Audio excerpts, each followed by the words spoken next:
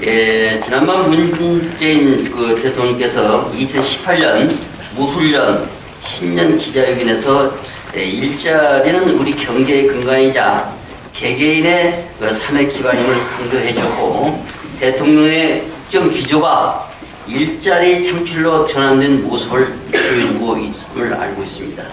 특히 청년 일자리와 관련해서는 직접 대통령께서 지키겠다 하는 식으로 선포하고 볼 때 앞으로 그 젊은이 일자리에 대해서는 총력을 기울이겠다는 것으로 풀이되고 있습니다. 이러한 것은 대통령의 집권 2년차 국정기조의 큰 틀이 일자리, 다시 말하자면 젊은이 일자리 창출로 정책적 패러다임이 바뀌고 있음을 알 수 있습니다. 일자리 창출은 우리 경제의 최우선의 과제로 떠오르고 있습니다. 최근 국제통화기금의 조사에 의하면 세계 경제 침체가 당분간 지속될 걸로 전망되고 있습니다. 우리 경제도 물론 저성장 국면에서 접어든 조짐이 점점 뚜렷하게 보여지면서 일자리 창출이 사회적인 이슈화가 지금 되고 있는 것입니다. 이런 이슈화는 특히 미국의 트럼프 대통령의 보호주의 정치에 따라서 모든 것을 통제하고 억제함으로써 자국의 그 이기주의에 따라서 더 점점 구체화되고 있는 걸로 알고 있습니다. 반면 이 일자리 창출은 소득 불균형과 사회 불안을 해소할 수 있는 유일한 정책이기 때문입니다. 특히 가장 활발하게 활동할 수 있는 시기에 청년층의 일자리가 없으면 국가적으로나 경제적으로 커다란 손실인 것입니다. 더 나아가서 사회의 안정을 저해하는 사회 문제이기 때문입니다. 이에 정부에서 강조하고 있는 일자리 창출을 위해서 저희 부동산에 관해서 부동산 최유효 산업화 정책의 대전환으로 중단기 국내와 해외에 있는 부동산 관련 산업을 관련해가지고 최유효 산업화 정책을 전환하고자 제안해드리고 있습니다. 그러면은 부동산 최유효 산업화 정책에 대한 대전환이 무엇이냐를 좀 말씀을 드리고 있습니다. 최근 정부의 단기적인 투기 수요 억제를 위한 제한적 경제 틀에서 벗어나서 보다 폭넓은 부동산이 지니고 있는 여러 가지의 본질적인 것, 또 특성이라든가 속성들을 바탕으로 해서 새로운 가치를 창출해가지고 이익을 극대화할 수 있는 부동산 정책에 대한 대전환, 다시 말하면 부동산 최유효 산업이 요구되고 있는 시점입니다. 부동산 최유효 산업은 부동산이 지니고 있는 본질, 특성, 속성을 토대로 해서 합리적으로, 합법적으로, 경험적으로, 경제적으로 타당성이 있다고 관련된 산업을 지칭하는 것입니다. 부동산 산업은 학자에 따라서 다르겠지만 저는 대개 4가지 범주를 나눕니다. 소위 부동산 관련 산업은 첫째가 소유 임대 산업, 여러분이 잘 알고 계시죠? 두 번째가 개발 사업입니다. 디벨롭먼트, 새로운 것을 만드는 것이 용도 전환이죠. 세 번째가 이용입니다. 부동산 이용, 그 부동산의 효용을 높이는 거죠. 이용. 다음에 부동산의 관련 사업입니다. 부동산 관리라는 것은 부동산을 보수하고 개량하고 또 유지하는데 그 가치를 높이는 그런 산업을 보고 있습니다. 이 산업이 우리는 대충 우리 학자들은 부동산 관련 산업이라고 지정합니다. 물론 다른 학자의 견해에 따라서 부동산 관련 산업은 또 유의를 많이 그 폭을 넓힐 수 있지만 대체적으로 부동산 관련 산업은 소유 임대 사업, 부동산 개발 사업, 부동산 관리 사업, 다음에는 부동산 이용 사업, 이렇게 나눠지고 있습니다. 그러면은 이 부동산 그 관련 산업을 어떻게 효율적으로 그 가치를 높이고 이익을 극대화해서 젊은이들한테 이익을, 일자리를 창출할 수 있느냐. 그 대상이 이제 첫째죠. 대상은 우리나라는 많은 국내외로 좀 나누고 있습니다. 이제 우리나라에는 지금 현재 그 국유지뿐만 아니라 공기업, 그다음에 지방자치단체 기업, 그리고 대기업들이 가지고 있는 보유원 부동산이 많습니다. 토지나 건물들이 특히나 원래 각 부처 통폐합으로 인해 가지고 지금 많은 건물들이 또 많은 토지들이 휴면 상태에 있는 그 부동산이 많습니다. 그 다음에 해외를 또 우리 봐야 할 것입니다. 전 세계에 부동산이 관리되지 못하고 개발되지 못하고 또 이용되지 못한 산업이 많습니다.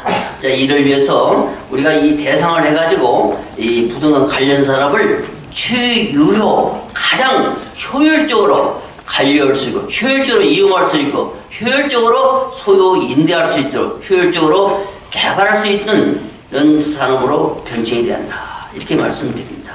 그래서 중단기로 나눠가지고 저희 농구에는 가장 적게 짧은 시간에 할 수 있는 것은 국내 부동산을 얘기하고 더 넓어가서는 전 세계 우리 부동산 여러 가지 경제적인 투자 협정이 이루어진 바가 많습니다. 현재는 외교부에 의하면 통상 협정이 된 데가 60개국이 넘고 있는데 이런 대상을 먼저로 해서 이 부동산 관련 산업을 최유효 산업으로 변해가지고 한번 젊은이들한테 일자리를 창출할 수 있는 기회를 줘야 할 거 아니냐 이렇게 생각을 하고 있습니다. 그 내용은 여러분 10페이지 하단부에 그 내용이 다 있습니다. 중단기에서는 부동산 관련 산업을 최유효 부동산 활용을 해가지고 국내 그 젊은이들한테 일자리를 창출해 준다. 이것은 바로 그 대상은 국가에서나 기업에서나 또 그 개인들이 가지고 있는 부동산을 상대로 해가지고 휴면되어 있는 현재 쉬고 있는 현재 놀고 있는 그런 상태의 토지나 건물들을 주로 얘기하고 있습니다. 또 장기적인 측면에서는 부동산 세계 각국에는 뭐 여러 가지의 그 형태로 해서 부동산이 현재 존재하고 있겠죠. 이런 그 투자 협정 국가를 중심으로 해서 우리 젊은이들한테 충분한 그 훈련을 시켜가지고 전 세계에 파송시키면은 젊은이들한테 그 일자리를 창출할 수 있다. 이렇게 얘기를 하고 있습니다. 그래서 이 부동산 이렇게 만일 그런 대상으로 해서 하면은 결론적으로는 제가 처음에 말씀드린 부동산 최유효 산업화를 시켜가지고 새로운 가치를 창출해서 이익을 극대화하고 국익을 도모할 수 있다. 자, 국익은 GNP라든가 GDP를 다 포함되겠죠. 이런 것을 해서 그러다 보면 우리가 글로벌 국가 경제 체제를 활성화하는데 엄청난 도움이 되고 특히 일자리 창출하는데 젊은이 일자리 창출하는데 엄청난 도움이 될 것으로 보고 있습니다. 자, 그러면은 그 내용에서는 여러분들이 대충 이 부동산이라는 너무도 더 잘 알고 우리 생활과 상관 밀접한 관계이기 때문에 아까 말씀드린 부동산 소유사업, 임대사업, 개발사업, 관리, 이용 이런 산업에 대해서는 자세히 알기 때문에 이 부분에서는 제가 생각을 하게 되겠습니다. 그러면 이 부동산 최유효 산업을 활성화하기 위해서는 어떤 전제가 국가적인 전제가 필요하냐 이제 이것을 말씀드리겠습니다. 첫째는 관련된 법을 제대로 합니다. 부동산 관련 법은 엄청 많죠. 여러분이 알겠는데 정부 각 부처가 부동산 관련 산업과 연결되지 않은 법제가 없을 정도로 전부 우리나라 모든 법제가 부동산 관련 사업이다 이렇게 볼 수 있습니다. 이런 관련 사업, 부동산 그 최유효 산업을 활성화하기 위해서는 우리나라의 그 어떤 관련 그 산업에 대한 그 법제화를 정비하고 또 여러 가지의 그 데이터베이스, 소위 그 시장 정보 같은 걸 알아야겠고, 그 다음에 이런 그 젊은이들을 양성하기 위해서는 꼭 부동산에 관한 전문적인 소위 소유, 임대, 개발, 이용, 관리에 대한 전문적인 지식이 필요합니다. 전 세계에 파견나가지고 그런 지식이 기준 지식이 없이 어떤 개발을 하겠습니까?